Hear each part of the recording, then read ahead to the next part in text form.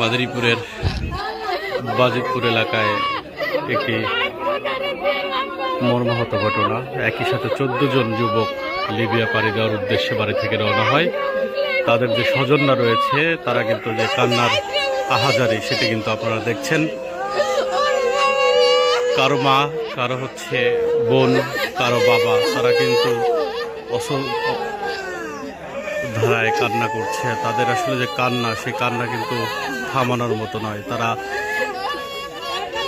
খাওয়া দাওয়া ছেড়ে নিঃস্ব হয়ে গেছে, সব কিছু বিক্রি করে, বসতটা বিক্রি করে। একই সাথে তারা কিন্তু এই যে তাদের সন্তানদের পাঠিয়েছে, সে সন্তানরা কিন্তু আসলে প্রায় 5 মাস যাবত তাদের সাথে কথা বলছে না। সেই কষ্টেই কিন্তু তারা নিথর হয়ে রয়েছে। আমরা আসলে তাদের যে কষ্টের যে বর্ণনা সেটা কিন্তু শুনছিলাম, তাদের সাথে কথা বলছি দীর্ঘক্ষণ। তারা কিন্তু আমাদের তেমনটাই জানিয়েছে। অবৈধ পথে লিবিয়া দিয়ে ইতালি যাওয়ার পথে নিঃস্ব এই 14 জন যুবক, যারা আসলে এই আপনারা দেখতে পাচ্ছেন ভিডিওতে, তাদের প্রত্যেকেরই আসলে সন্তানরা এখানে রয়েছে। সবাই কিন্তু আসলে চাচ্ছে যে সর্বশান্ত এবং নিঃস্ব হওয়ার পরেও তারা তাদের সন্তান এবং ছেলেকে ভিক্ষা চাচ্ছে যে তারা এই সন্তান যাতে ফেরত পায়।